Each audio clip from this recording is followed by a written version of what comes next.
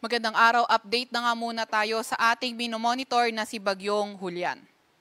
As of 10 a.m. nga, ito ay nasa coastal waters ng Sabtang Islands sa may Batanes. Nagtataglay ng lakas na hangin na 175 kilometers malapit sa sentro at bugso na abot sa 240 kilometers per hour. Kumikilo sa direksyong north-northwest sa bilis na 10 kilometers per hour. So, yung mata nga nitong si Julian ay dumadaan, yung parte nito ay dumadaan sa Sabtang Island. So, posible sa mga area kung saan dumadaan yung mata nito ay maging kalmado.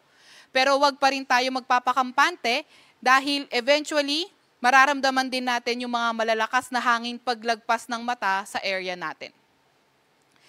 At tingnan naman natin yung magiging track nitong si Julian. So, after 24 hours, ito ay nasa may layong 200 kilometers west ng Itbayat, Batanes. And then after 48 hours, nasa 240 kilometers na ito northwest ng Itbayat, Batanes, and then 390 kilometers north of Itbayat, Batanes after 72 hours. Dahil nga rin dito kay Julian nakataas, meron tayong nakataas sa tropical cyclone wind signal. Ang pinakamataas ay signal number 4 dito sa may Batanes at ang northern portion ng Babuyan Islands. Signal number 3 sa nalalabing bahagi ng Batanes at ang northeastern portion ng mainland Cagayan. Signal number 2 sa nalalabing bahagi ng mainland Cagayan, sa may Apayao, sa may Abra, Kalinga, sa may Ilocos Norte at ang northern at central portion ng Ilocos Sur. Signal number 1 sa nalalabing bahagi ng Ilocos Sur, sa may La Union, Pangasinan, sa may Ifugao, Mountain Province, sa may Benguet, sa may Isabela, Nueva Vizcaya, Quirino at Aurora. Pati na rin sa may northern at eastern portion ng Nueva Ecija at sa may Polillo Island. So ito yung mga nakataas na tropical cyclone wind signal. Asahan nga rin din naman natin yung mga bugso na mga malalakas na hangin dahil kay Julian for today sa may Aurora, Zambales, Bataan, Metro Manila, Calabarzon, Romblon at Bicol Region. Bukas naman ay sa may Ilocos Norte, Cordillera Administrative Region, northern at eastern portion ng mainland Cagayan, eastern portion ng Isabela, Aurora, Zambales, Bataan, Metro Manila, Calabarzon, Romblon, Camarines Norte, Camarines Sur at Catanduanes. And by Wednesday, yung mga bugso ng mga malalakas na hangin sa may Batanes, Babuyan Islands, Ilocos Norte, Ilocos Sur, Apayao at Abra. Meron nga rin tayong mga malalakas na mga pag-ulan, dulot pa rin nitong si Bagyong Julian. So, asahan natin ngayon hanggang bukas ng tanghali, intense to torrential na mga pag-ulan, more than 200 millimeters na mga pag-ulan sa may Batanes, Babuyan Islands at Ilocos Norte. Heavy to intense ngayon, 100 to 200 millimeters na pag-ulan sa may mainland Cagayan, Ilocos Sur, La Union, Apayao, Benguet at Abra.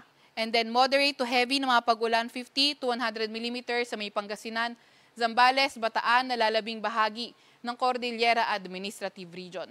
Bukas ng tanghali hanggang Wednesday ng tanghali, heavy to intense sa Batanes at Babuyan Islands, moderate to heavy sa Ilocos Norte at Ilocos Sur. So dahil papalayo na nga yung bagyo ng mga panahong to, Wednesday noon to Thursday noon sa may Batanes at Babuyan Islands na lang yung katamtaman hanggang sa mga malalakas na pag-ulan.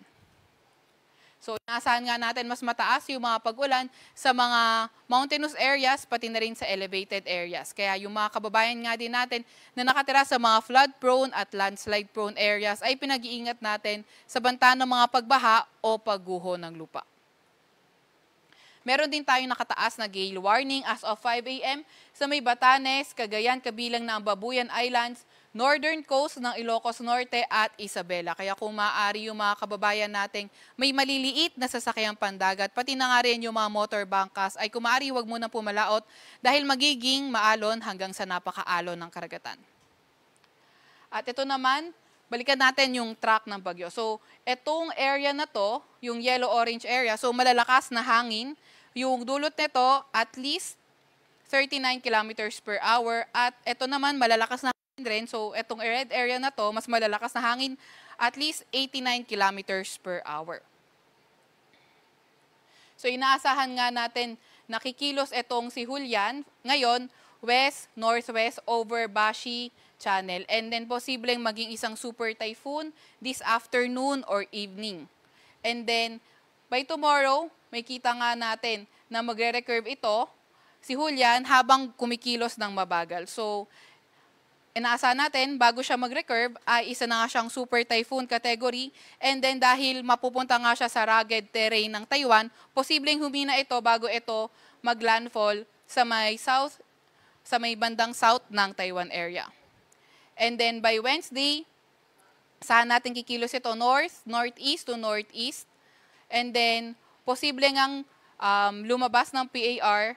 Ito, so makita natin, posibleng lumabas saglit, pero babalik din sa loob ng PAR. And then, tuluyan na nga siyang lalabas ng ating Philippine Area of Responsibility by Tuesday.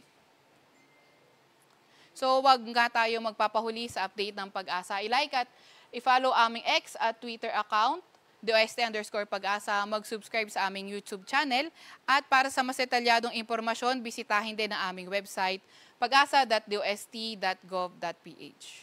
At yan naman po muna ang ulat namin sa update kay Julian. Punta naman po muna tayo sa update ng mga dam.